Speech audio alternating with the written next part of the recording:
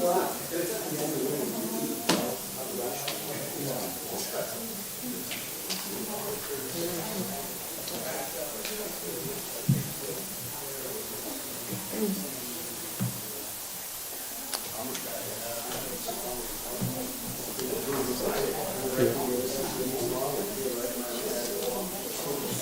right, I have 6 o'clock, so I'm going to call tonight's Long Lake Township Planning Commission meeting to order.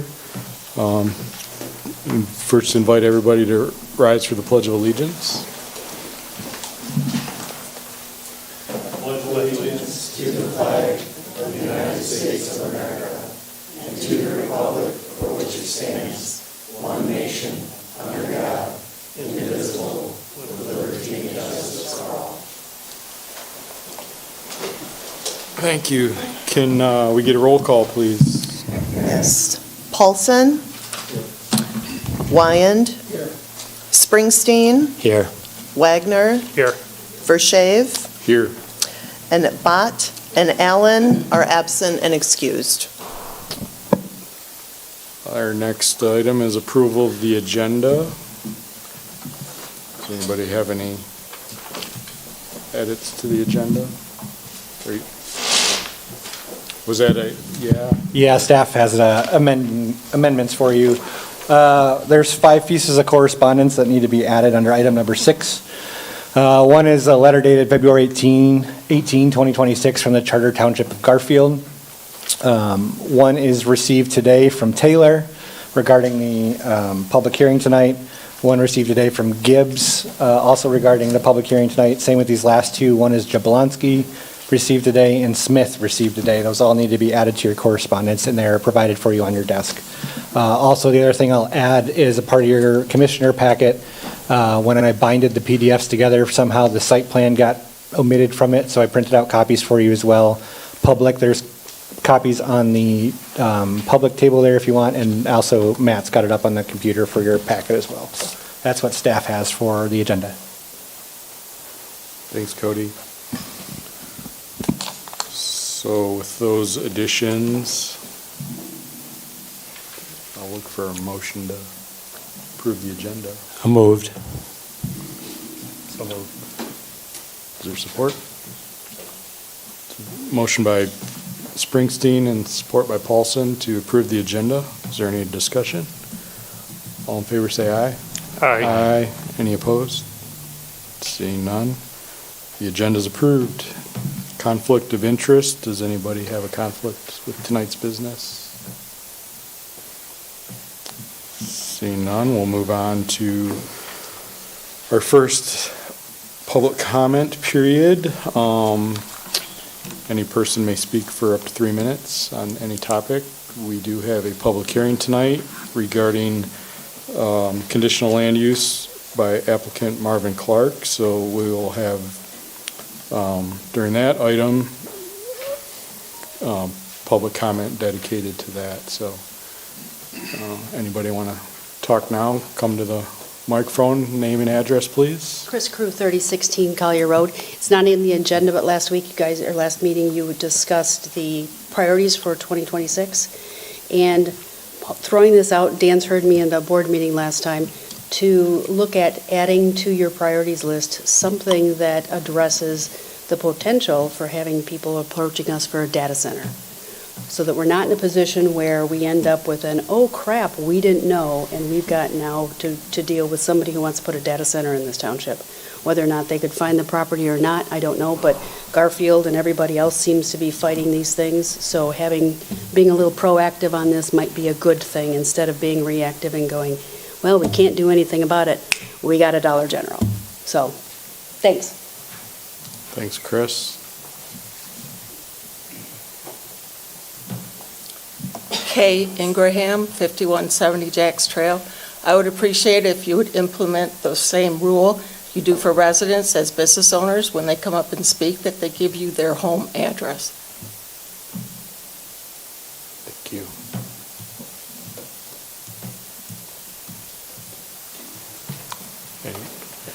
Hello. My name is Sarah Baker. I live at 2877 West Long Lake Road, and I'm sorry, I do have a cold. and I'm a little nervous. No worries, we won't bite. So I share with Marvin, I share his east and my west property line share together, and I have some concerns about what he is proposing to do. First of all, though, I do respect the fact that it is his property, and I do agree that we should be able to do whatever we want to do on our own property. I do believe, though, that we're in a very unique situation in the fact that there are two private residents that share the property line that are our backyards. The first thing that I have a concern about is the noise and how it will be controlled. I understand that they're saying the music will be turned off at 10 o'clock, but we're still going to have all the other music from the events, or not the music, but the noise going on from people that are there enjoying the events and such like that. So I'm wondering how long that will go also. And on a very quiet summer evening, the noise carries very easily. I'm wondering if it will be inside the barn, the music will be contained, or if it will also be outside the barn. I'm wondering if there will be tents that will be put up, or if not. My understanding is it's a small venue, but that is 200 people. I believe that is correct.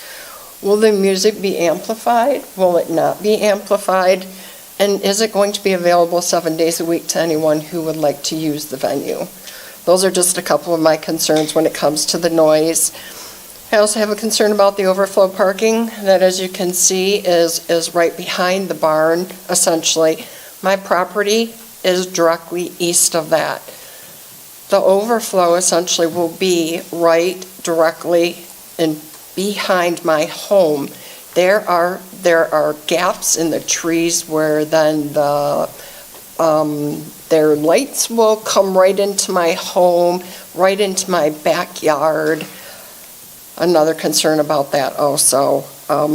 Another concern I have also is if there's going to be overflow parking there, what is going to keep those people from coming onto my property and keeping them mainly on the venue's property? Another concern I have also is a site buffer. I understand there's no way I can get a sound buffer, but I am hoping for a site buffer of some type. I would like to be able to still utilize my backyard and not have to look at cars being parked there, a party going on, or such like that. As it is right now, there are trees that line the east property. I understand that, but they are at the end of their life cycle, so they do not provide much coverage at all for up to 6 feet. I am asking that that be addressed, that at least a visual buffer be put up somehow, so that I can still have the privacy in my own backyard to enjoy that. I would like you to please understand too that with them bordering my backyard, it definitely is going to change my quality of life and the way that I spend my time outside. No longer will it be quiet. No longer will I swing on my swing to just a peaceful evening. I believe that we all live in the county for a reason. I work in the city limits where it's always crazyville, but I choose to live in the county where it's quiet, it's serene. I'm very concerned that this is not going to allow me what I'm used to in my backyard. I understand that change is change, but I also believe that it's only fair to take in consideration also that there are residents that back up to this property. I'm going to stop you. You're about three Yes, I'm minutes, sorry, so thank you. You can speak again on that if you'd Nope, like. that's So, good, thank you. Thank you. Anybody else for this public comment period?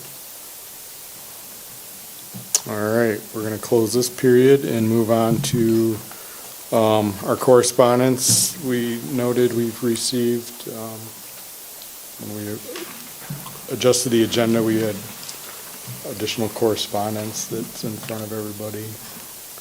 We'll just add that to the record.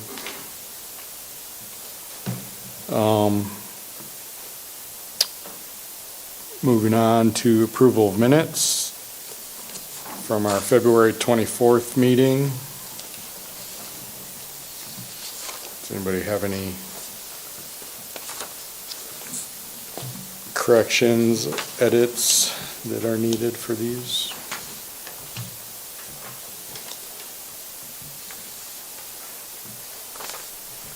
I don't think I saw any.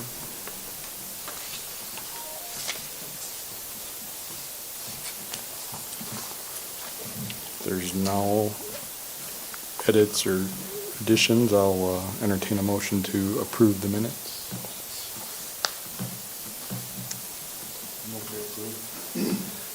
I'll support that. Where do we, I missed where? Okay.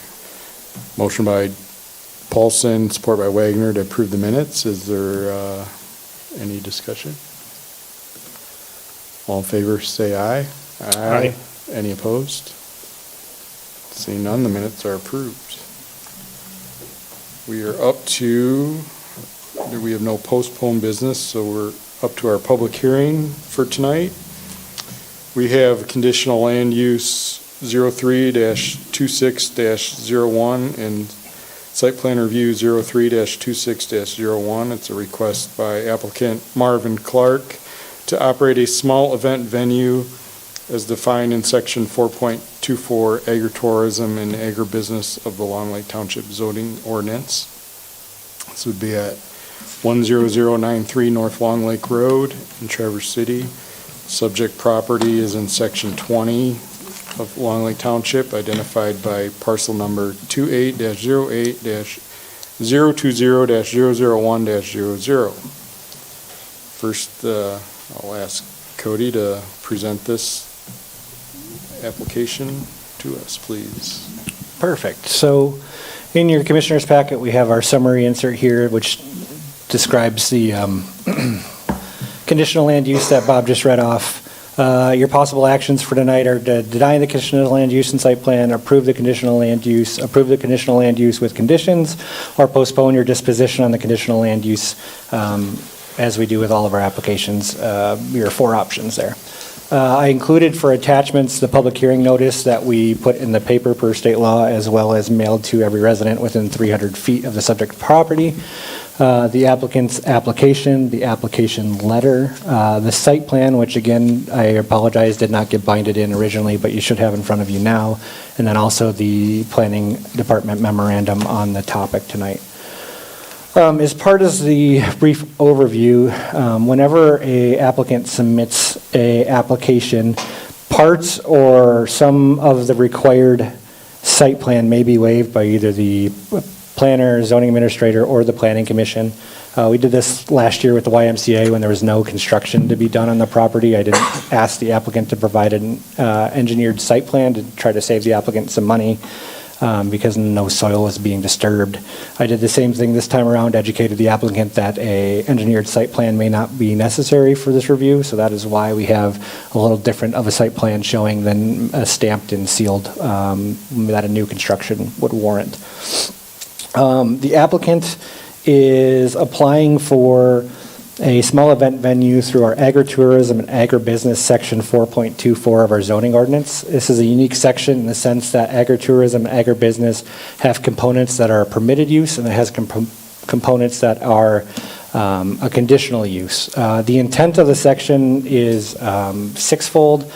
It's to preserve agricultural uses and agricultural sector in the township and in the region, retain large tracts of land for land preservation, and to sustain current day and future farming opportunities, allow for agriculturally related business opportunities to make agricultural pursuits economically viable, to promote a multi-jurisdictional agricultural district and agribusiness hub that's along the M72 corridor specifically, provide food security for our region, and conformance with all other statutes, including the Michigan Right to Farm Act, among others. So that's the intent of the section.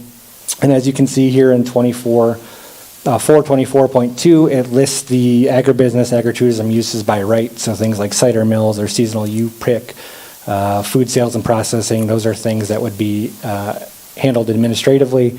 And then section 3 talks about, and I'm in my planning memo if you're following along, Section 3 talks about the agribusiness, agritourism uses that need conditional land use approval, which would be in front of you guys tonight. So alcoholic cider mills or distilleries or breweries are one of them, but the one the applicant is applying for tonight is a small event venue, open air or within a closed building designed for use for fewer than 200 persons. Section 4 of that Agribusiness talks about specifically the M72 overlay. They have a broader range of use options out there. And then section 5 is the meat and potatoes of the standards and requirements that are listed. In the memo, planner's memo, I walked through each of those. Hopefully you've had time to review that. Along with our standard general guidelines for granting conditional land use approval and site plan approval that we work through on every application. Those are the standards that need to be adhered to. On the bottom of my planning memo, I walked through some of the conclusions that we found. Of those, again, the general standards for granting conditional use approval and for granting site plan approval should be followed. Those are things like conformance with the township master plan, et cetera. The Planning Commission does have the right on a conditional land use to approve the applicant's request with conditions. Those conditions can include anything from buffering or trash screening or limit of hours operation to music shut-off times, et cetera, as long as it is found to meet the intent of the section of the zoning ordinance as well as meeting the master plan. And let's see, lastly, the other item that we usually talk about is for conditional land use. We almost always condition land uses with all outside agency approvals. Those usually fall within the county road commission or state liquor control if that's involved. And so we called the county road commission at this time. They don't need any further driveway permitting or anything like that. So we're not waiting on any outside agency approval, but it is a good catch-all just in case something comes up that we're not aware of as an FYI.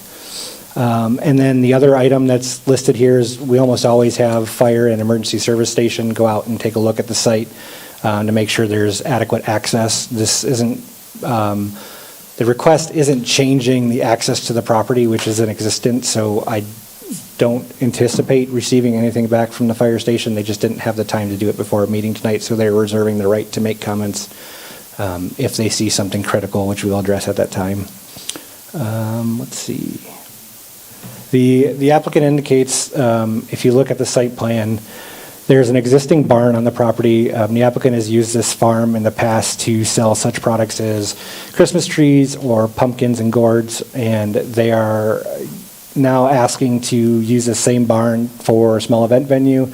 They do not have restroom facilities, so they're talking about bringing in a portable restroom, which is highlighted just south of the barn there. There's primary parking in the front like they've had previously, and if overflow is needed, it is indicated to go in the back. And then there's a dumpster as well that they're talking about bringing on the property to contain trash and those types of things. There is a residence on the property. It's on the east side of the property, and the applicant also owns the property directly west of the subject property. So that is what I have for my brief summary. I'd be happy to answer any questions if you have. Thanks, Cody. Does anybody have any questions for Cody? I have a couple. Cody, you talked a little bit about parking, and as I read through things, that's pretty non-specific. And so can you give us any more specifics about, if you look at the primary parking and 200 people at an event, the likelihood of the overflow parking really being overflow, or is it really just going to be routine use parking? That's a good question. The zoning ordinance itself, whenever we have a use in question for conditional land use, there's an Article 25 of the zoning ordinance that outlines parking requirements. Agribusiness and agritourism is not one of those that we require or have specific standards. And what I mean by that is for commercial uses, it's typically, depending on the use, it could be a parking spot for each number of the highest volume of employees that are, like, we have standards set out for uses. When it comes to something like this that's not specifically defined in the zoning ordinance, the zoning ordinance puts the onus of determining size and location of parking on the planning commission. So the only things that it says differently than any typical parking is that agribusiness or agritourism is allowed to be on dirt, not paved, or mowed grass. One thing that might be beneficial is to ask the applicant to stake that out so that people parking know they have to be at least 50 feet from the right-of-way, and at least, forgive me if I forget this, but I think it's 15 feet from either property line. So As far as the volume of parking, with 200 persons, you could potentially estimate 2 persons a car. That's a gross exaggeration of estimation, but if we think we can fit 100 cars into 1,200 square feet, that would be the primary parking volume versus what's left in the overflow. But it's hard to tell based on which clients the applicant's going to get, how many they're actually going to have. So the most they can have is 200 folks. They might have a wedding that only has 30. They might have a wedding that has 150. It's hard to tell if it's going to be used consistently or if it's truly going to be overflow for those larger events under 200 people. Where I'm coming from in this is if we're looking at, a decision to approve or not approve, and we're wanting to also mitigate the concerns that people have, if we knew that that was not going to be used for parking, I'd like to have that kind of information if we have a way to come up with an answer for that. We can, as a condition, you can require that the applicant makes sure that the client of the barn parks in the primary parking first, with overflow truly being overflow. But otherwise, the conditions based around parking is strictly up to what the planning commission sees fit, as the zoning ordinance doesn't define it anywhere. Thanks.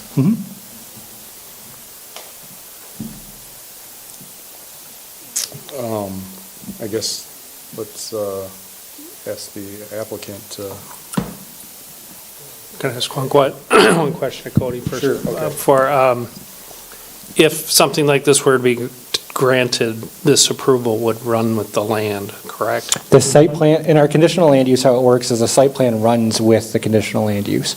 So in order to change something on the site plan, most of those items have to be taken back to the planning commission to adjust. There are a few items that are listed in section 22 of our zoning ordinance that allows for administrative approval, but they have to meet certain criteria, and those criteria are the use has to be conducted entirely inside of an enclosed building, so they wouldn't be able to add an outdoor space without getting approval from you guys. It has to be no more than 20%, let me double check before I miss. No, that's all right. I don't think we're thinking the same thing. What I'm saying is, let's say we were to grant this conditional approval. Yep. The applicant could sell the property and somebody else would own this use. Conditional land uses run with the property, not the person. So Thank yes, you. they would be adhered to the same conditions upon which was approved at the original time. Cody, I have a couple other questions based on reading the letters and the public comments so far about noise and about lighting. Mm-hmm. And have we established this is my first planning commission meeting. Yeah, so welcome. I've got some questions, but have we established noise regulations that we can fall back to, and amplified music regulations and lighting, directional lighting, and Yep. time of operation of lighting? So I'm going to take standards? this in 2 parts. We're going to start with noise and then we'll work on lighting. So the planning commission has the right to impose a condition on an agribusiness for a small event venue to shut off amplified music at a certain time. And the previous 2 that I could find, that time frame was chosen for 11 o'clock. So the event venue had to have all amplified music off at 11 o'clock. Those are both outside venues that have music outside. The other noise restriction that we have is the township has a blanket police-powered noise ordinance. Now, noise ordinances are tricky to police. There's 2 general thought processes when it comes to enforcing noise ordinance. One is what they consider a decibel level noise ordinance, where somebody would have to go out and measure the actual decibel level of a complaint, and that would be across the board. Or there's what's called the reasonable person test, which states that a reasonable person close enough to the property that is disturbed or does not, let me get the right word, sufficiently audible to annoy or disturb the quiet, comfort, or repose of the person in the vicinity is the reasonable person's test. Staff has recently undergone some training on this to try to figure out if we're handling things the right way, because sometimes in the zoning ordinance we do decibel and sometimes we do the reasonable person. The legal training that we've received states that the decibel way of measuring noise is very difficult to uphold in court because you have to go and prove that the person taking the measurement is trained on the device they have. You have to prove that the device they have is calibrated correctly, and you have to prove that the device that you're using is actually measuring the complaint. So what we've been coached to do is work on a reasonable person side of the noise ordinance, where is what we currently have in our police power, and that's the verbiage I just mentioned to you about sufficiently audible to annoy or disturb the quiet. That's very difficult to do, but the thing that I think is the saving grace in an instance like this is you would have a hard shut-off time. So like our existing agribusinesses that I can think of have a hard shut-off time at 11. What we do is we let our CPO, our community police officer, know. They would then put it into the officer systems that they have right in their car that says if they receive a complaint and they come to an agribusiness and it's 11:15 and there's still audible music playing, they know it's supposed to shut off at 11. So they will then go deal with that at the time, because staff doesn't work till 11 o'clock at night, especially on the weekends. You won't see me here, sorry. But we do allow the sheriff's office to enforce that on our behalf, and we've let Officer McGearian know, and he'd let his counterparts know, so they are aware of whatever condition is put upon them if they get approved. So if it's still within the hours of operation, say it's 9:30 and the noise is loud, what's our process for that? If it's to the point where the officer deems that it's a nuisance to a reasonable person, they may ask the applicant to turn it down. But that is going to be at their discretion to handle at that time. If we receive multiple complaints, I imagine staff would get involved. I can't speak for our ordinance enforcement officer. He's not here presently, but I would imagine that we're going to try to handle that so we don't continue that trend. I know on the existing agribusinesses that we have that complaint, we have not received a complaint in quite a long time. In fact, they are very strict at their clients, and we had a client try to go around the business and call us and ask for a variation, and the landowner actually shut that down before we could even get back to them. So it would, I guess, long story short, it'd be up to officer discretion at the time of response. So then on lighting, do we have that same authority? So if we wanted to put directional limitations and time limitations? Yep, so our, you could do the same thing for time. We also already have a part of our zoning ordinance that speaks to commercial use and lighting. Everything's got to be downshielded. I think it's 4.13, correct me if I'm wrong, that talks about that. The applicant at this time doesn't indicate any new lighting to be used, so I did not address that with them at this time. If they do put lights up, we will make sure that it's in conformance with the ordinance. I don't see where, maybe they can speak to that if they decide to put it up, but they did not indicate to us at the time of application that they plan on adding any additional lighting. And then I have a topic that hasn't been brought up, and it's more of a long-term question for the Planning Commission.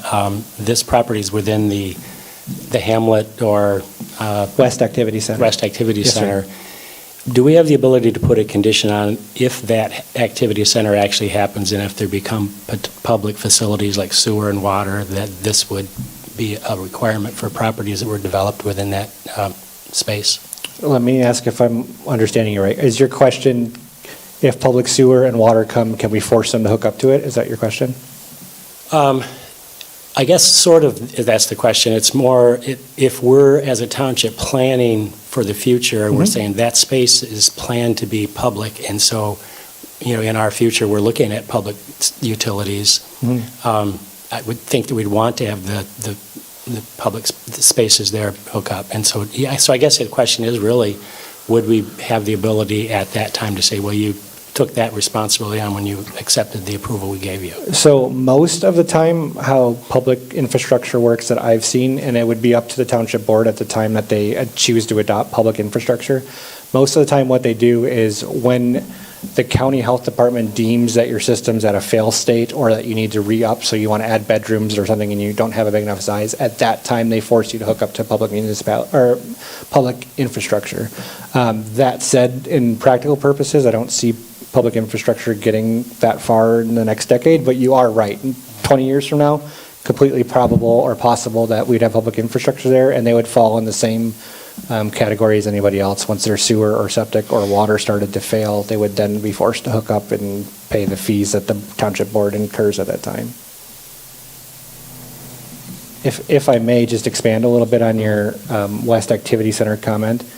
This is part of your jobs that I don't envy, where you have a master plan that talks about maintaining farmland and maintaining large tracts of land and allowing farms to do agribusiness and agritourism, because honestly, it's one of the only ways farms are able to either turn a profit or sustain their farm. But at the same time, you have it in an activity center where you're looking for commercial-related uses in that area. So that's the kind of conformance with the township master plan, is why you don't see me write in my memo, like, yeah, this checks that box. That's a discussion amongst yourselves that you're going to have to determine if you feel that really meets the intent of that township master plan moving forward.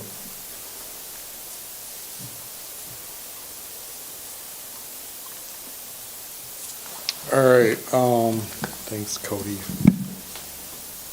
And thanks, everybody, for the questions so far. So now I'm gonna just ask the applicant if they'd like to give us a presentation on what their proposal is. Yeah. Hi, my name's Marvin Clark, and I own the parcel at 10093. I also own the parcel just to the west, which is 40 acres, and it's vacant other than our homestead. I'd just like to say that up to, I think it's been close to 4 or 5 years ago, for 30 years, we sold pumpkins and Christmas trees at the farm, and we provided a family-friendly atmosphere, which kind of worked for us at the time, because we had a lot of repeat business, and everybody that came seemed to have had a good time. So the proposal that we're asking for now is a venue that might generate a little extra income, that after I'm gone, the family would be able to maintain the buildings and the landscaping of the farm acreage, and keep it rural. I think we're looking at an 8-acre parcel that's left there. And I'd like to say that my grandfather homesteaded the property that is still in our possession in 1874, which is over 150 years. And so our intention is to try to keep it in the family. I have 2 sons and my daughter that would be involved in the operation, and I guess that kind of summarizes, our proposed, agenda to keep the barn in good shape and active. Thank you. Excuse me, thank you.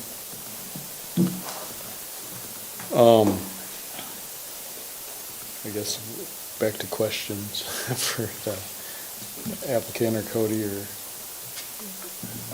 For the applicant, do you anticipate both indoor and outdoor activity? I guess both are allowed, right, if this is approved? Well, at this point,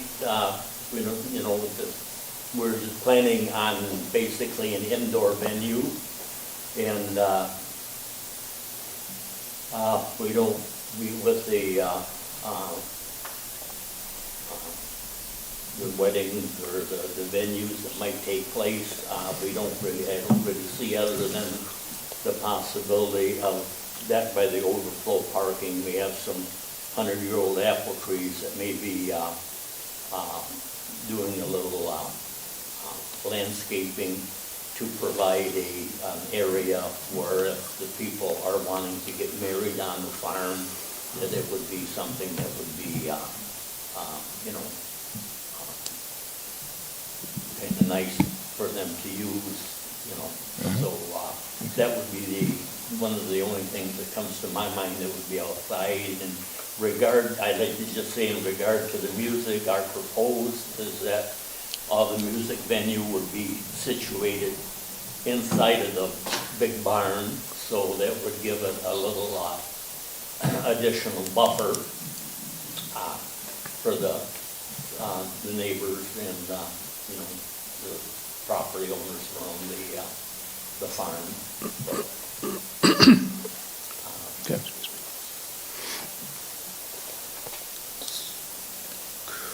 So are the events you're proposing mostly weddings, or do you, I guess, can you describe a little more about what you're looking to do? Is it? Well, weddings seem to be the utmost presence that has come to our attention about, you know, the lack of places, you know, where people can have weddings. I guess without stepping on my tongue, I would like to say that if somebody wanted to come and have a family reunion or a retirement party sort of thing, you know, small scale venue, or a birthday party, yeah, but that's, yeah, So it's more of it's something somebody can rent for events. It's not, you're not proposing to book like concerts every weekend or No. anything like that? No, Okay. it would strictly be strictly for people to come and if they, you know, feel comfortable with the property and the premises and yeah, it would just be, you know, retained, just, yeah, birthday parties or, Gotcha. like I just mentioned, you know, no outdoor concerts. Okay. Or, Are you still doing the trees and pumpkins, or is that? no, that part of our life ended, I think it's been a minimum of 4 years and possibly 5 years ago, we used up all the Christmas trees that we had planted on the other, my 40 acres, and for some reason we were having a hard time getting trees from our local vendors that used to supply them to us. And the same way with the pumpkins, we found that toward the end we had to buy them, and with the costs and everything going up and stuff, and in our regard to try to keep things, you know, reasonably priced and stuff, we decided, and my age at 77 now is just to kind of keep it kind of light the load, I guess I should say, for activity. See, Dan's got some. Do you intend to to apply for a liquor license or a food service license? No, our intention, just, well, for table talk, is that a venue, we would require, we would have additional liability insurance, of course, and then the liquor would be, we talked, and the way I understand it right now is that if the people wanted to provide the liquor themselves for their venue would be fine, but they would be required to have a license, the bartender, who would have liability insurance and would be there to check, like, you know, dates and ages and that. Yeah, they would have to have a license. And it's the same thing with with any food. We were thinking that we would not allow people to, bring their own food or anything, just from a liability standpoint, that any venue that we would have would be catered, and the caterer would also have a license and insurance that they would give us a copy of that, so we would be covered, you know. Has there ever been an issue when you were selling trees and pumpkins with traffic? No. I can't really tell you exactly, how many cars there. I think there were weekends, given the weather was nice and close to Christmas, when I'm guesstimating that we would have maybe as many as 40 to 50 cars parked on the farm, and they didn't even use any of the parking that we have proposed in the front. Most of them cars were all just lined up the driveway and parked in front of the barn for,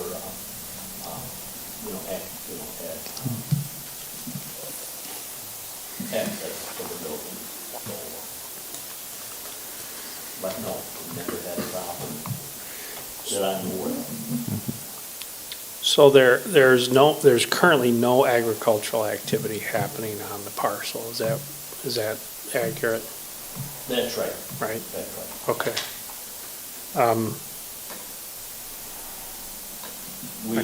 Well, I shouldn't say we, depending on the outcome or whatever, it's always possible. What my 40 acres, which is separate, is open. Of the 40, there's approximately 17 or close between 17 and 20 acres are wooded, and the rest is open. And there's a possibility that we might actually plant a hay crop, Right. which would be aesthetic value to the farm and provide that little Got extra it. income. So as I understand it, the thing that we're supposed to be evaluating here is section 4.24, agritourism, agribusiness. Okay? Very first thing, item 1, intent. The section is intended to allow agribusiness and agritourism as part of a farm operation in the township in order to promote the following. And then it goes through, talks about some different things, talks about uses permitted by right, talks about conditional uses that are allowed potentially, such as a small, get the exact word, small event venue. So I'm struggling with how what's being proposed is even allowed within this section of the ordinance that this is being applied to, since there is, as reported by the property owner, no agricultural activity currently happening there. So how do we allow a conditional use as an accessory to something that isn't occurring? Got some other concerns, go down to section 5, talk about setback requirements. What few standards we have for this talks about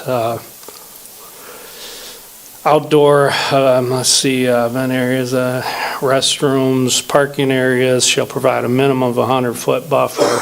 The site plan, which I think using the term site plan on this is a bit of a stretch, quite honestly, shows them within 100 feet.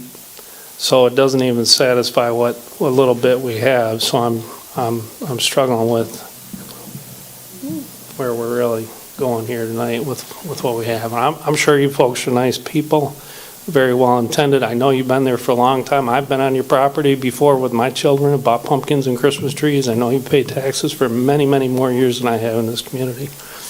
I have a lot of concerns about just what's being proposed. I question about that this approval runs with the land. You wouldn't have to do too much internet research to see the voluminous number of lawsuits that have resulted from these types of venues in our area. I know that they become a popular moneymaker. Property is surrounded by residential property on 3 of the 4 sides. I know you folks were there first. I know that a lot of this stuff's grown up around you. I have a very long list of concerns that would need to be vetted in very fine detail before I could support something like this. I'm just trying to be completely upfront and honest.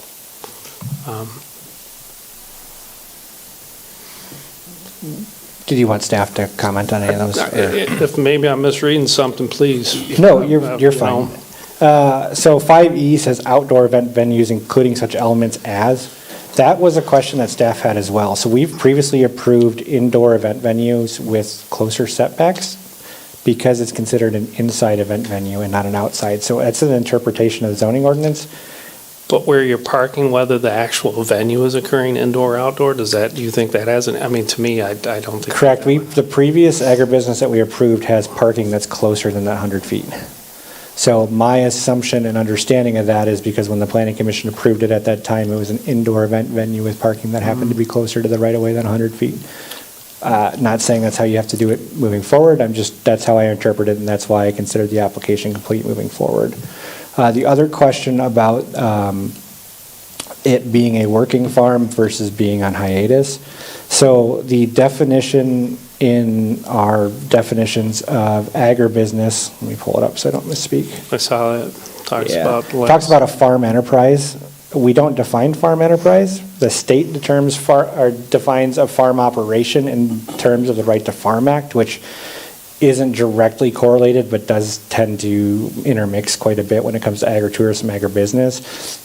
The farm enterprise that's listed, or farm operation that's listed there is they have to grow or produce products, they have to attempt to sell it, and they are allowed to take intermittent hiatuses from doing so. Now, I don't know what the definition of intermittent hiatus is. I don't know if that's 2 years, 3 years.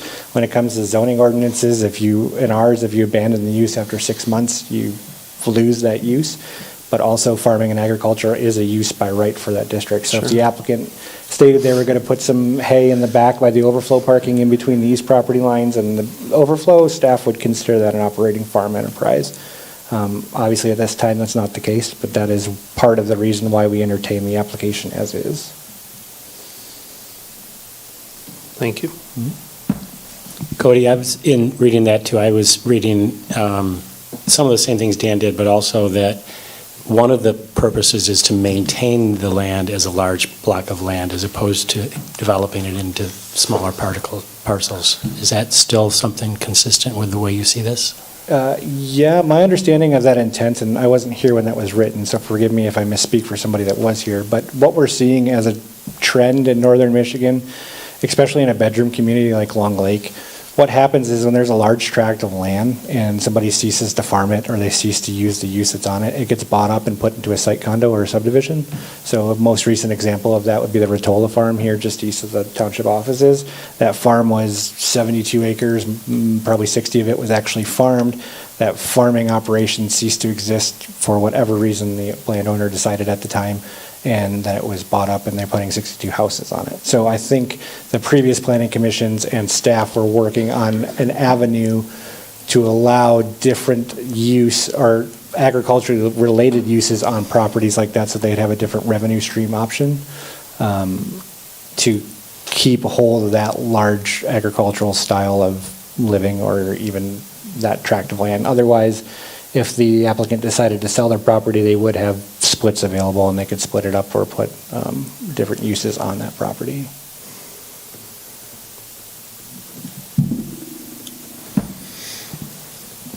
I do have one more question. If you look at the use by rights, if we were to approve this, or excuse me, not the conditional uses, I'm sorry, would we be blanket approving all of those conditional uses, or is it very specific to what their request is? It's very specific to a small event venue. Okay. You'd be approving the condition of a small event venue for an agribusiness. It's the only conditional use that would be allowed, and they would have to follow the site plan that is approved with any conditions that you put on either. And this specifically says open air or within enclosed building.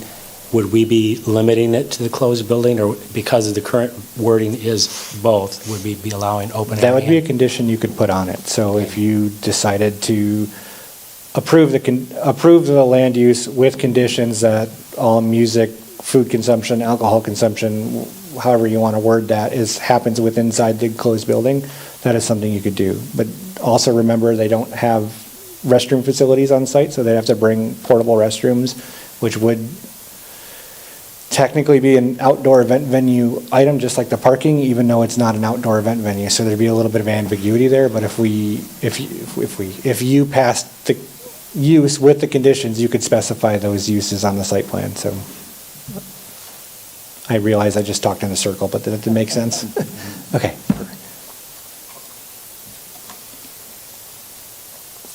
We're ready to, Dennis, you look like you got a question. I'm Percolating. thinking something through about the, so because we can be specific about conditions, and listening to the applicant earlier about a possible outdoor wedding, okay, we could keep music inside, limit the area of outdoor, because I think we did that with Jacob's Farm. Certain things were in certain areas on the property, so they wouldn't bother neighbors. So we do have that ability to say in certain areas they could do certain things if it were to go outside and limit the music inside so that that wouldn't be bothering neighbors and so on. That is correct. Okay. All right.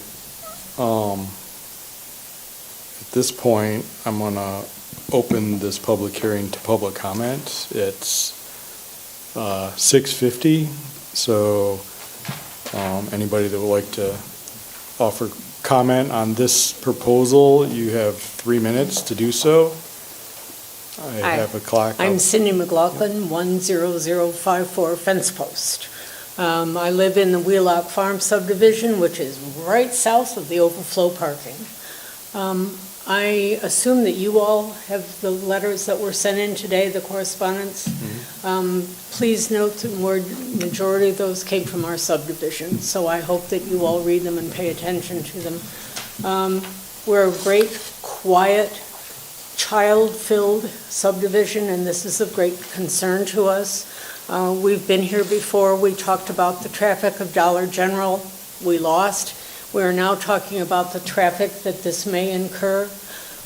We're talking about alcohol. We've already lost a neighbor to drunk driving. We have a lot of concerns, and I hope that you consider this very, very carefully. To me, a barn is not necessarily a well-enclosed structure with soundproofing. I've yet to be in a barn, that is. So, again, please consider this carefully. Thank you.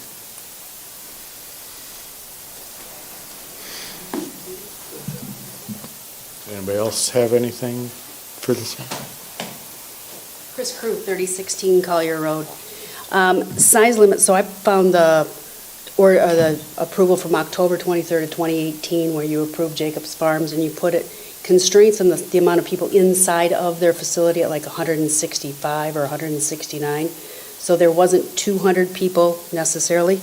The question I'd have is, and I've not been to your barn, so forgive me, and I think it's a great idea. But your barn is going to have people in it. Occupancy then requires fire codes and stuff like that. So has the fire department said that you can have 200 people inside of there or 125? Or do you have to have sprinkler systems and that kind of thing? Noise levels, Sarah had mentioned noise levels and decibel levels. The traffic, your events and all your stuff with pumpkins and Christmas trees is October and November. If you've been on Long Lake Road, March or May, June, July, or August, the place is packed with cars and boats, trailers, up and down. So turning onto that road is going to be chaos because it already shrinks down significantly. That whole east side of Long Lake Road is completely covered with cars and boat trailers. So it's going to present some significant obstacles for people to get around and turn onto that. Alcohol, same concerns about having alcohol present. It sounds like you guys have already had the conversation about having insurance and all that kind of stuff. Hopefully, putting lots of people on your road and things like that is not going to result in another death. The event venue, you talk about it being weddings, but it's inside. So my fishing club could rent your property, could rent your barn. My fishing club could have swap meets and have sales and things like that. Is there a constraint that we can have on what's inside of the venue so that there's not selling going on? So forgive me, I'm not saying that it's going to happen, but you could have a pot show there, theoretically. I mean, you could have I joke, I'm like, it's a hash bash. You could have a gun club show up. You could have events, since it's an indoor venue. You could have other things that happen, and not just what you're planning on with weddings and birthday parties. So maybe constraining what can happen inside of there. It could be a flea market. You have people selling CBD gummies, for all you know. Food trucks could also be another question. Instead of having catered, would we allow food trucks to show up there? And then what would that be? The original Jacobs Farms also said it shuts down between 10 and 7, operating hours during the week, and then at 9 o'clock on the weekends. That was in the original thing. It may have morphed, and it looks like it has morphed since then. But again, just questions. The big one, though, I have concerns about is all the traffic that is stuck on that road during the summer, when my guess is that's probably when the majority of your venues are going to be in. It's hazardous going down there just during the weekend as it is. So putting more people on the road could certainly create some significant hazards. Maybe police requirement, some traffic cop or some traffic direction might be helpful. Thanks. Thank you, Chris.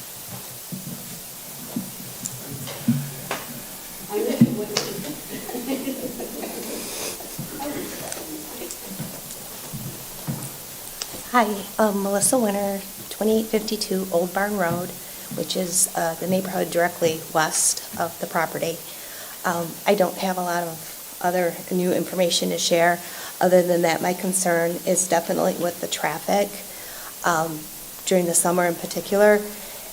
If you've got 50 cars all leave the venue and event ends at 10, and you've got 50 cars now trying to pull out of there onto North Long Lake and get out of there all at the same time, plus vendors, plus trucks, it's congestion, and I don't think it's going to work well. Additionally, with the noise, I mean, we do live in a quiet neighborhood. We work during the week. We enjoy our Friday or Saturday nights and having a quiet bonfire in the back, and we don't want to be competing with a band and the noise that goes along with that. Also, with the parking in the agricultural land, you've got 50 different vehicles showing up, leaking gas, leaking oil, and everything else on this land, which could be an issue. Additionally, I heard that it was mentioned that there would be no additional lighting provided. Overflow parking. You've got all kinds of cars out there. The event ends at 10, 11 o'clock at night, and you've got people wandering around in the dark trying to find their vehicles. That's not going to happen. They're going to have lighting. So that's all. Thank you. Thank you.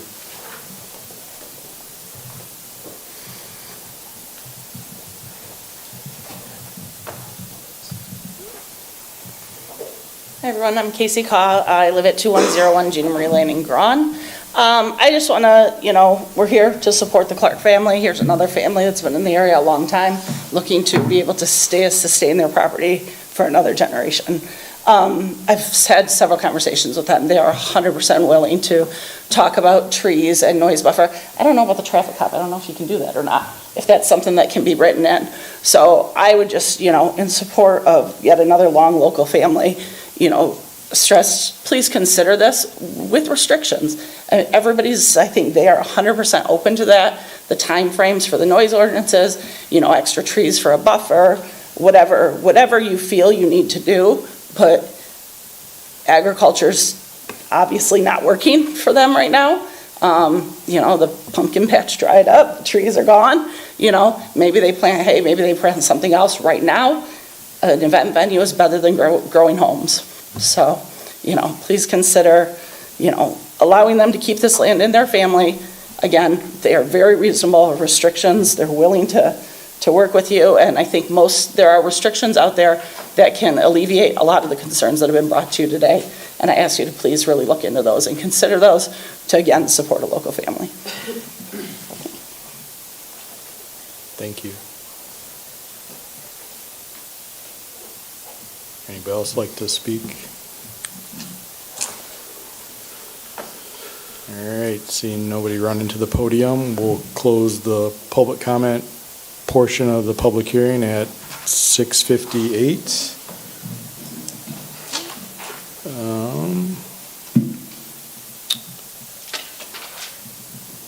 So deliberation, more questions?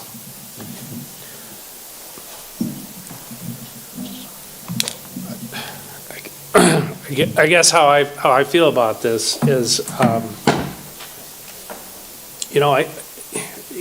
yes, if there's things that we could do to try and prevent these larger parcels from being broken up and provide these folks some ability to make some revenue off their land to allow that to occur, I mean, I don't have an issue with that at all.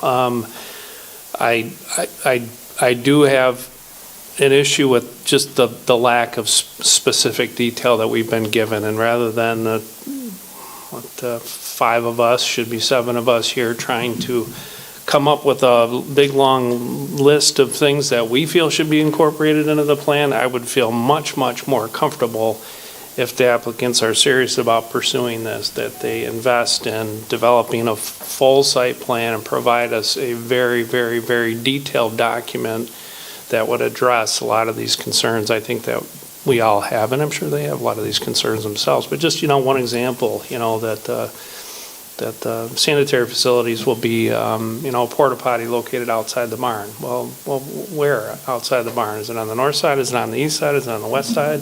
If we don't like where it ends up and the neighbors complain, we can't go back to you or the people that might own the property and say, well, it's on the east side of the barn. It needs to be on the west side to address these concerns. Well, you approved the site plan.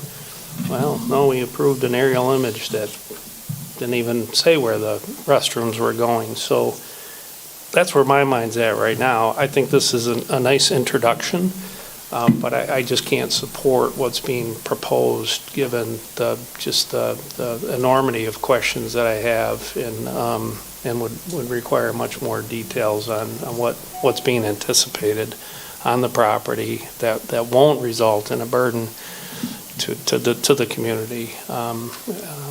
If that makes sense.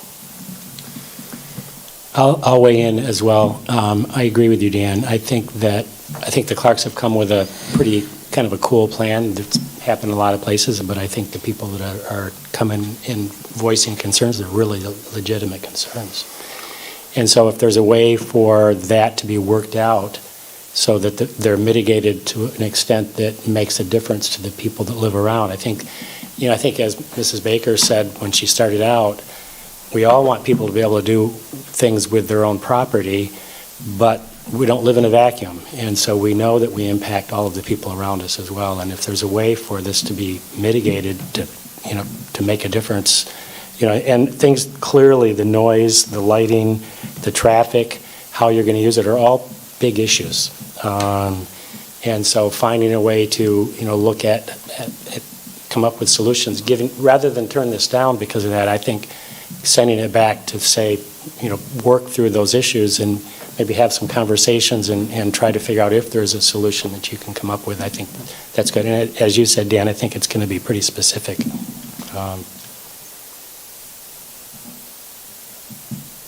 So why don't we come up with a list of the main topics, the main points that need to be addressed, so that we don't waste their time, we don't waste our time if we meet again? Personally, I don't think that's really our job. I think that's kind of the applicant's job to tell us what they're proposing rather than us tell them what they should propose.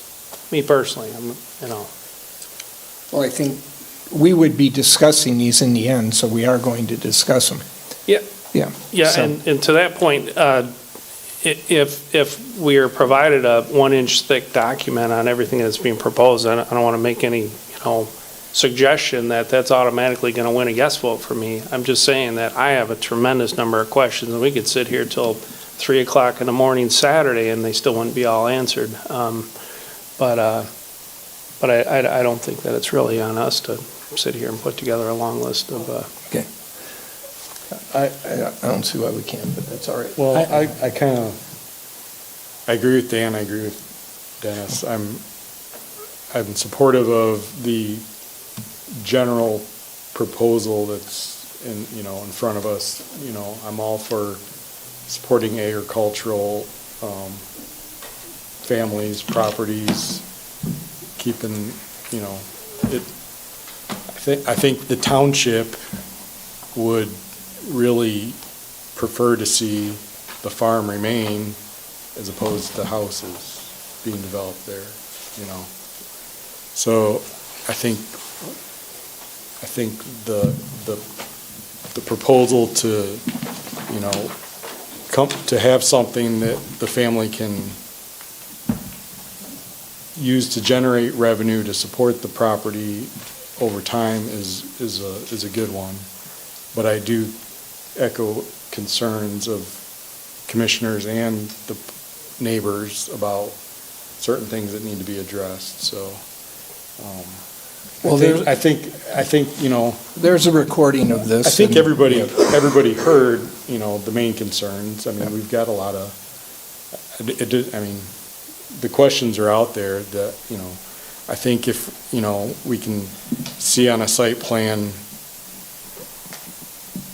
dimensionally what, you know, 50 cars in a main lot and 50 cars in overflow, if that's what it, you know, that can fit there, how far that is from the property lines, what kind of vegetation could be planted to screen and provide buffers, stuff like that. I think there's ways to mitigate a lot of concerns out there.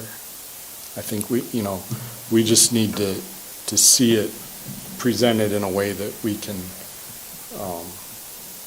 look at and understand that it will be something that fits the neighborhood and, you know, is helping to mitigate issues coming from your property to the neighbors. So I think that's something that, I mean, that's really what we're looking for. I think as part of the discussion, I think it is okay for us to discuss so that you all hear what things we would, or at least individually, be comfortable supporting. Because for me, you're going to need to do something with lighting that does as much as it can to preserve the night sky. You're going to need to do something with lighting to minimize it enough to make it so that turning cars don't shine into the neighbors' bedrooms. You know, you're going to need to do something where there's that as much barrier as possible. It doesn't mean you need to build a wall, but I mean, we all came after someone else was here. You know, we all changed things for the people that were here before us.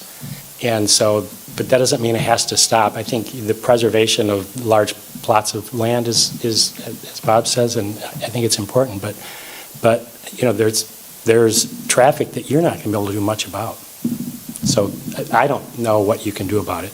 Maybe you all can come up with something. But I think that lighting, that noise, you know, those are issues that are going to have a direct impact on your neighbors. And so I think we need to find solutions and beyond that as well, but those are kind of highlights for me. I agree. I support this in principle. I would much rather see open farmland than a subdivision that is going to be noise, lights, and activity 24/7, not just a few times a week, and that is much more difficult to regulate. I think we're in a position here to place conditions on this that offer some hope for regulations. I would really like to see the fire issues addressed too. I think whoever brought that up, that's an important point. And it may be worthwhile to do a traffic study. There are lots of options. I don't know if it's realistic to have people arrive in buses or vans. I mean, I think it depends on a result of a traffic study to see really what the burden is there. But I think in general, we're supportive of it, but I think there's a lot of work to be done in the proposal. Dennis, if you had other things on your mind, by all means, please. I was not trying to muzzle you by I like the way the discussion has gone. By any stretch. And I think we can come up, we've talked about the main points. There's also a recording of this. And I think they do cover most of them. And I think, you know, it's not my job to come up with creative solutions, but I'm looking at some things here that could be and would likely satisfy questions. But I think a lot of it's out there. Can I ask some clarification questions, just not only for staff, but also the applicant, if they decide to move forward with this? What I'm hearing, and so I want some clarification, is what you guys are looking for is an engineered site plan, either done by a licensed engineer or a licensed surveyor with on-the-ground dimensions showing parking, those types of things, to make sure that you have enough volume. Also showing, like, instead of just the portable restrooms on the south side of the building, showing what the actual size of that portable restroom would be in the location. And then taking things like the Grand Traverse County Road Commission traffic count for North Long and West Long to show those so we can understand what they might be adding to that, as well as what mitigation techniques they have for noise or buffering, and then addressing, making sure they're in compliance with the zoning ordinance when it comes to lighting. And then the other item I heard Commissioner Wagner talk about earlier is the distinction between a farm operation. Are you guys going to consider this moving forward if there's no active farming on the property? You're going to ask the applicant to prove that they are meeting at least the farm operation definition of the Right to Farm Act.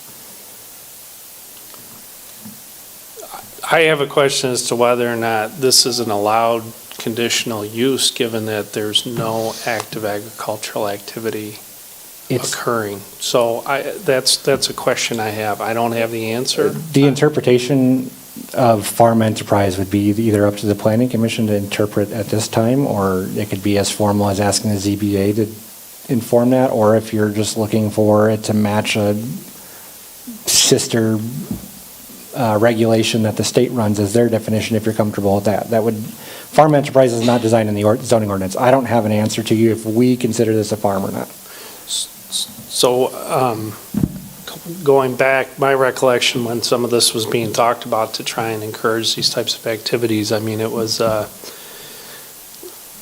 my recollection is it was really intended to be more of a complementary use to an agricultural use, to allow for something to occur. So, but I question whether or not this isn't just it's not even zoned agricultural, so, and it's not being used agriculturally, it's basically being used as a single-family residence right now.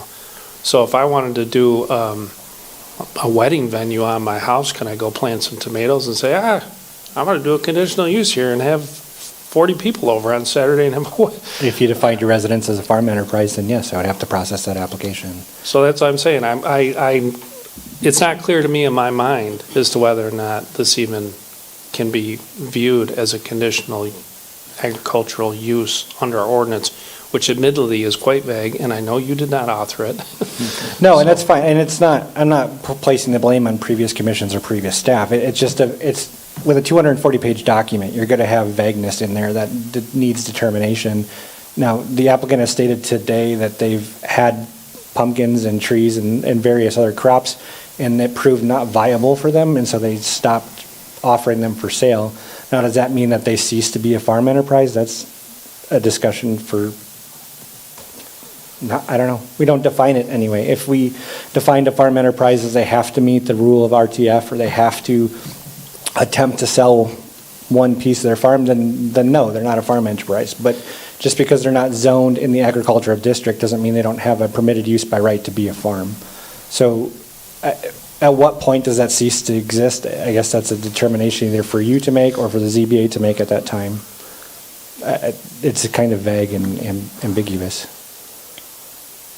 I mean, and I guess just in a simplistic view, if somebody's using their land to make money, that's a commercial use. Just very, very, very rudimentary. Sure. Okay, and people have questioned, how can you rent a boat on Long Lake? That's a commercial use, you know. You can't rent your dock on Long Lake. I mean, people do, we all know it, but, it's commercial use. So, I mean, at the end of the day, we're evaluating this as a commercial use. So, I mean, I would feel more comfortable if we looked at this as a new commercial type development, I mean, we're talking about up to 200 people, like I said, 100 cars. We've got a gravel driveway. You look at some of the other types, Jacob's Farm was mentioned several times tonight. Sure. Ongoing issue, legitimate safety issue with people parking on M72 out there, and not that they haven't tried to control that, and I'm blaming that on them. It's just, there's been unintended consequences that have happened. So I would like to view this as what it is to me, which is a commercial use. We need a site plan. We need a document that details, how many venues are they going to have? How are they going to address noise complaints? I have been involved with noise enforcement actions, and they're virtually almost impossible to enforce. So, once we approve this, this use could be continuing in perpetuity. It could be going on 100 years from now. So, and everybody's going to have to live with it once we get it approved. So we need to get it right if we're going to approve it.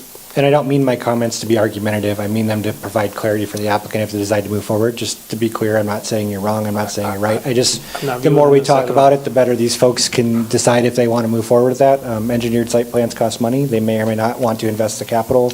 I haven't talked to them about that, so I don't know. But if they do decide to invest the capital, I'd like them to have their best foot forward and understand they bring back a site plan to you that you guys could then make a decision, either for or against, instead of continuing to need other items. I'd rather have them tackle it all at once, and then it'd be the most efficient for everybody involved. I agree, and I don't perceive your comments as argumentative at all. Okay, I good. appreciate that, but, some of the other things we've heard tonight, like traffic, does the road commission need to chime in on this? Do they need a commercial driveway? So we just, know? I tried to address that earlier, maybe I wasn't clear, but we called the road commission and asked specifically, we proposed the use, we explained everything that was going on. Steve Berry at the road commission instructed me that they do not require a commercial driveway permit at this time. We, as a township, from a land use perspective, don't allow them to park on the shoulder of the road. The county road commission does allow people to park within their right of way. We would actually take that up with the applicant if we see that happening. We would tell them they have to park within the deemed parking area. One of our goals as a township is to try to take that parking off the roadway. It's a hazard and we don't want to see it. So the road commission at this time didn't have any further hoops for us to jump through, but if that changes, I will keep you informed.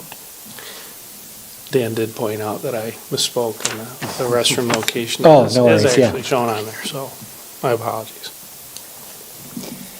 I would agree with a lot of the things you said about commercial use, because it seems like a commercial use, but I lean on the side of the family farm, having been a farm for so long, it's a farm to me. And the fact that you stopped using it to grow things a few years ago wasn't because, at least as I'm listening, wasn't because you decided that you didn't want to be farmers anymore. It became less viable and you're looking for another way to save that property. And I understand that. And so I kind of come down on the side of that it's an agribusiness in a way. It's a business and it's been agricultural forever, but I think that's one of the goals of this zoning, is to preserve that property in that large piece for people that have been farming it. So I have some comfort with that as the background of where you're coming from. I'll echo what Peter just said. I think I'm comfortable with its historical establishment as being operated as, sales of farm goods, so.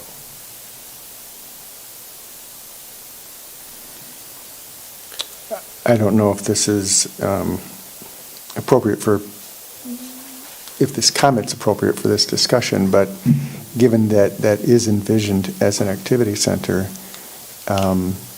we may want to look at how that might fit into that program. I mean, particularly in light of your comments, Dan, about it being a commercial use.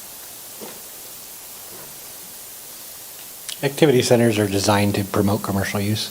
So there are details in both the master plan and the activity center subplan that defines aesthetic character and uses and those types of things. So we could dig into that further if you prefer. Just something to think about. For sure. It sounds like we're coming to some consensus that we want to not turn this down, but send it back. I guess I was, we're getting through our deliberation, and I think, just ask the applicants if they wanted to say anything about what we've been discussing or where you might be at right now. I don't think we're in a position to approve anything, so we can table it. We can,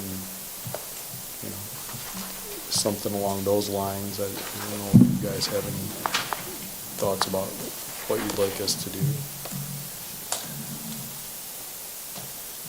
So I'm Marvin's daughter, Christy. I'm at 11566 Richardson Road, but I spent a lot of time with my dad since we lost my mom. And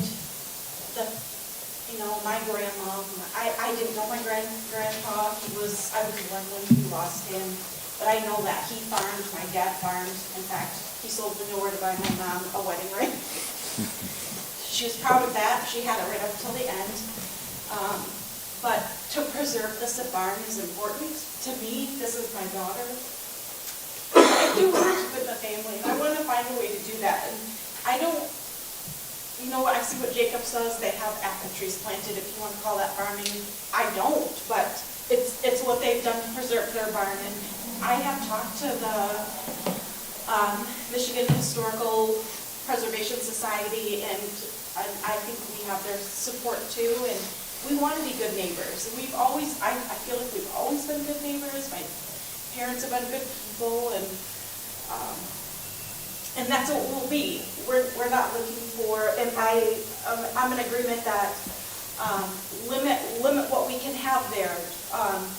The reason we're kind of vague is we've never done anything like this before. We've had people park for selling pumpkins and Christmas trees with no issue. We've never had an issue, and we understand setbacks, and we understand, oh my goodness, school days, traffic is a nightmare. We know all of that, and the boats along the road, and weddings, birthday parties, whatever, might be a little different with the flow in and the flow out, depending on time. And we don't want bright lights, but we know that safety is an issue too. And we want to be kind to neighbors. And me, my dad, my daughter, my brother, it's family. We consider Long Lake Township family. It's my grandma and great grandpa are in the cemetery, Linwood Cemetery, and we want to do right by. We don't want to turn it into a subdivision. We don't want to extend Old Barn Road. We have no, that's fine. And I don't think they want it either. I think they would rather have and enjoy the country, but at the same time, it costs money to pay taxes and to live. And we're just trying to find a way to do that and keep our farm. I'll end there. Maintain the barn, yes, in the barn, for as long as God will let us have it.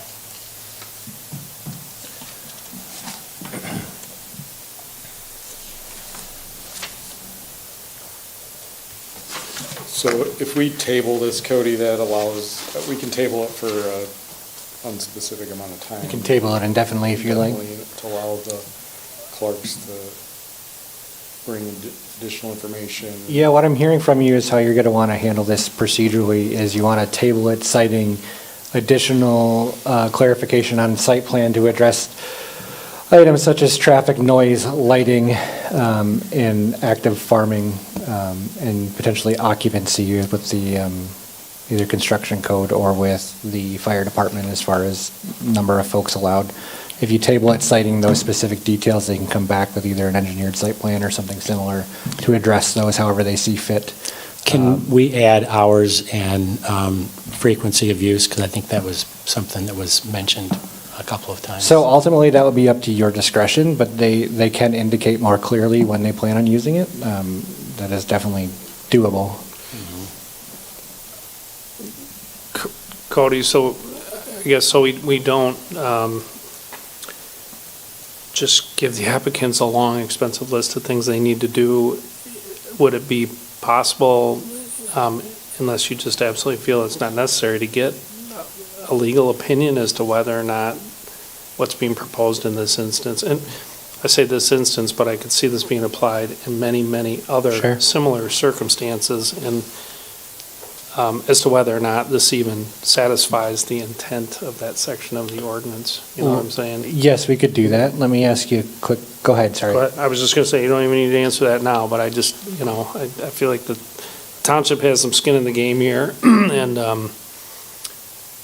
I would like to get a little bit more information. So the question we'd be asking would be our legal team, what's the definition of a farm enterprise according to our zoning ordinance? Because that's what's listed out. Is that what I'm hearing from you, or is that not what you're getting at? Well, I guess what I would like to see is some, unless you're just absolutely 100% convinced that it would meet a legal challenge as to whether or not this meets the intent of this section of our ordinance, what's being proposed. I'm no lawyer, so I don't I don't claim to know what's going to meet a legal challenge. As far as meeting the intent, that's a discretionary decision by the planning commission. The staff doesn't necessarily have a say in the intent of the ordinance. I think the intent that's listed is potentially arguable either way. We can ask legal team whether or not they think they have a standing in court. My assumption is their answer is going to be yes, but are they going to have a better legal standing if they have an active crop on the property that they're farming? Most definitely.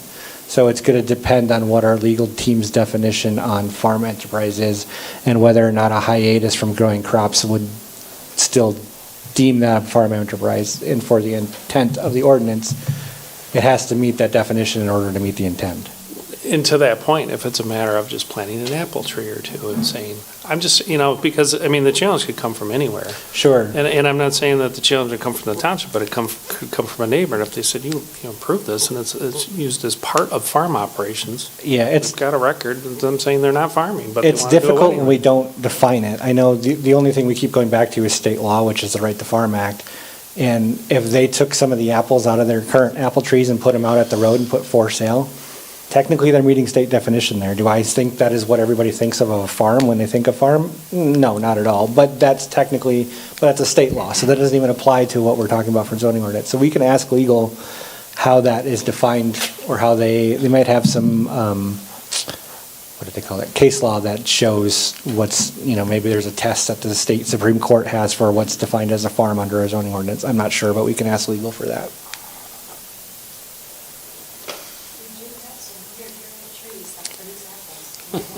Well, in looking into this application, I started looking back through historical aerial imagery, for instance, and I could see that, you folks have turned some dirt out there up until, I think it was 2025, so I mean, that's why I was curious as to what the agricultural intention of your property is, because clearly this is intended to, I shouldn't say clearly, my impression is that this part of the ordinance was intended to allow you additional opportunities other than just agricultural uses.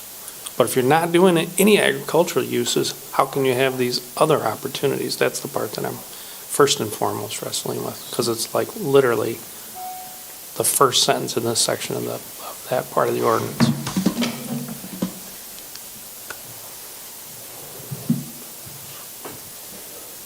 Well, I would make a motion that we table the application and allow the applicants to provide some further consideration and ideally provide some additional information to the planning commission at some future date that they may determine.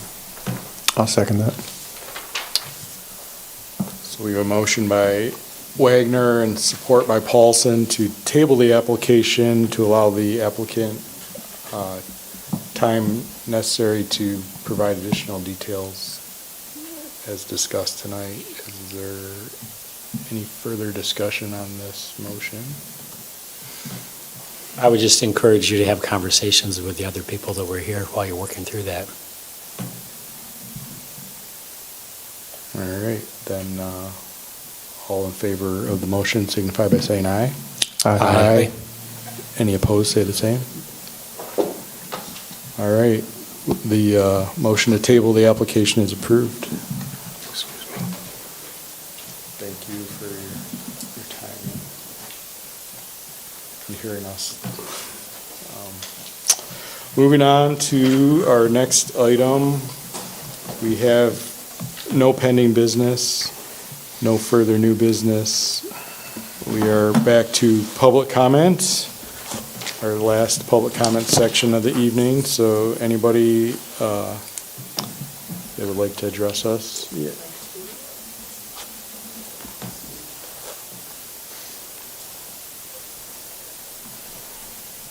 My name is Heidi Mello. I live at 542 East State Street. I was born here in Long Lake Township, and my family still has property here.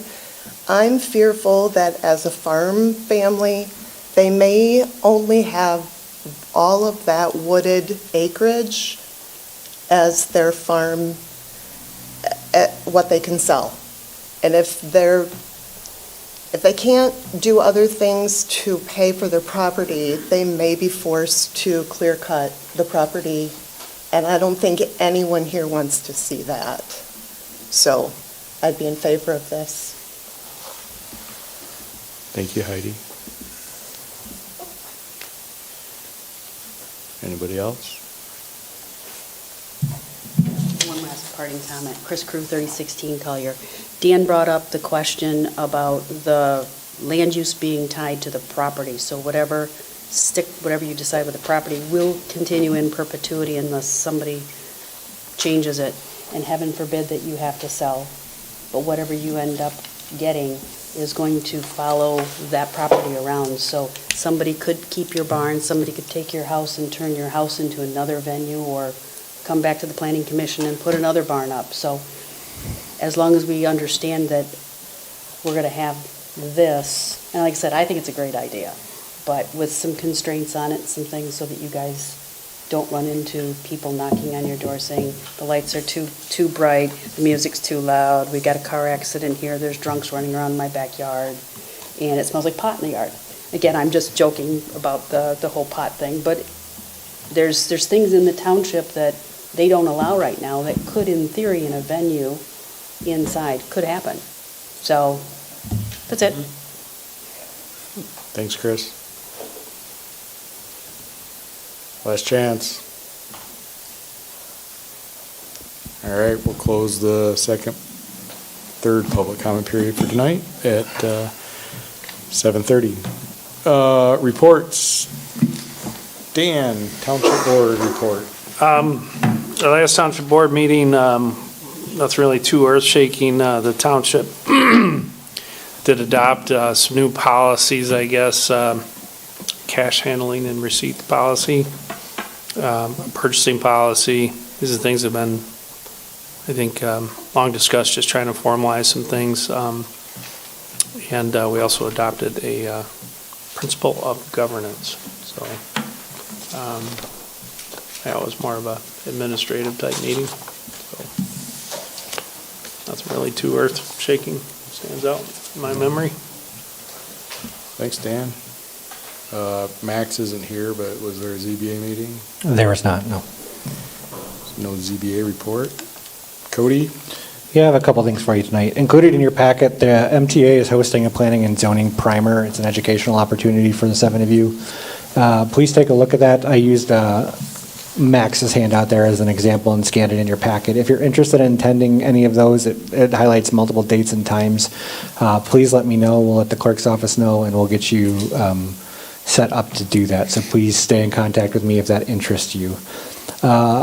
On the topic of education, one thing that was brought up last meeting that I wanted to provide some clarity on is last meeting we talked about the idea of conditional rezoning, and I don't feel like staff provided with clear answers, and so I wanted to just kind of bring that back around and educate everybody on what that means.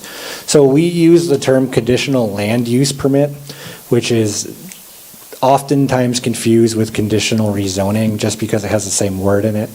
Conditional rezoning has nothing to do with a land use permit application. So we have to think of it as like a zoning ordinance amendment or a rewrite of your zoning ordinance.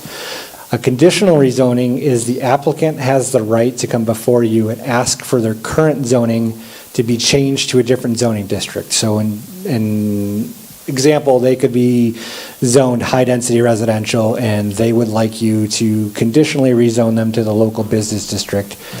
And if you would approve that, and if the township board approves that, then that applicant and property owner has to meet all the criteria in that new zoning district that they're conditioned to. So I included the state statute that's part of the Michigan Zoning Enabling Act. It's section 125-3405, section 405. It's legalese, but it lists out those items there for you. So I wanted to provide some clarity. So any applicant in any district can ask to be conditionally rezoned. They will come before the planning commission and ask for that. The planning commission or the township board can then establish a time period for which that condition follows, or any condition that falls within that request. So the example that we have in the township right now is Food for Thought, which is the old Long Lake Elementary School, is base zoned low-density residential. At the time that was approved to change, they came in front of the planning commission at the time and the township board at the time and asked to be conditionally rezoned to local business district. So right now, for all intents and purposes, they're operating under the local business district. They have to meet all the site plan requirements, all of the setback requirements of that district. Now, if they ever, the conditions that were put on them is if they ever cease to operate their food for thought, or the, forgive me, I can't think of the zoning ordinance definition, but if they abandon that use, then they will revert back to low-density residential. So that's where that condition runs in with the rezoning. We're not permanently rezoning them something different. They are allowed to continue moving forward. So I wanted to bring this back in front of you to explain a little better on what conditional rezoning means. And if we see an application in the future with this, then that is how we have to treat it. At this time, I don't anticipate any applications coming forward with conditional rezoning as an option, but I wanted to provide some clarity and ask if there's any other questions on what that means or how that works as part of my report tonight. I have a question based on one of the things you said earlier tonight about conditional land use. You said if that was abandoned, that would be gone in 6 months as well. Yeah, so that is the abandonment of use on the property. So conditional land use, the state actually calls that a special use permit. So our conditional land use permit is technically called by another name. And if the operator of that land use permit decides to abandon that use and it's 6 months elapse, then that land use permit is null and void. It doesn't hold any water anymore. So for example, if the Clarks abandoned, if we approved their use in this state, then they abandon that use for 6 months, it would revert, it would be gone? Yeah, so 2035, they say, you know what, this wedding venue thing's not working out, we don't want to do it anymore. If they abandon it for 6 months, then they no longer have the conditional land use permit. They'd have to come back in front of the commission to get approval to do it. Same thing with Freshco's. If they stop being a convenience store and deli, and they decided not to do that any further after 6 months, that use would go away, and so on and so forth down the line of conditional land uses, yeah. So you're saying that NSCP does not stay with the property? No, I am saying that. Maybe I'm adding more, maybe I'm confusing more than helping. So a land use permit and a conditional land use permit or special use permit are a different process than a conditional rezoning. So conditional rezoning is like a rezoning process, except the applicant is coming to you asking to change it on the condition that they have a certain use for X number of years or indefinitely until they abandon it. So that's why last meeting we were talking about suburban estates, and the point was brought up, well, what if they ask for a conditional rezoning? They would still have to meet whatever district regulations are in the district that they asked for. Sure. I So- misunderstood your question. When Fieldstone became Fresh Coast, as long as they continued in using that as the same type of service, then they didn't need to seek a second conditional rezoning? Yeah, correct. Just because they changed the name doesn't change the use of the property. So the land use runs with the owner, it also runs with, it runs with the property, and it also runs until they abandon that use. So unless they stop selling deli sandwiches, they're going to have that use until in perpetuity moving forward. I think some of the confusion last meeting might have been that we weren't sure if conditional rezoning was actually something allowed, but it's allowed by the state. It is allowed by the state under the Michigan Zoning Enabling Act. So Yeah. if the suburban estates guys came in and said, we would like to be conditionally rezoned to this district, and we will voluntarily, whatever their conditions were, I mean, that could be a valid proposal that we would need to consider. They could ask for it. I do not believe at this time they're going to after discussing with the applicants, but I wanted to provide clarity because there was some cloudiness under what would be allowed, and after doing some further research and looking at it. If you read the section under the MZEA that's in your packet, it provides a lot cleaner language than I'm giving you now about what's allowed and what's not allowed. But I just wanted to explain that a little further, so if we see that in the future, we have a basis of understanding for that. Thank you. Does anybody else have any questions about these items Cody brought up? Thank you. That's all I have for my report tonight. Thanks, Cody. Commissioner comments? Pete? Nope. Nothing? I just say welcome, Pete. I should Thank you. Glad should to be start here. with that, but Dan? Oh, sir. All good. All right. Sorry. All right, we're up to the point of adjournment, if there's a motion to adjourn. Second. We have a motion to adjourn by Wine and support by Springsteen. All in favor, say aye. Aye. We are adjourned.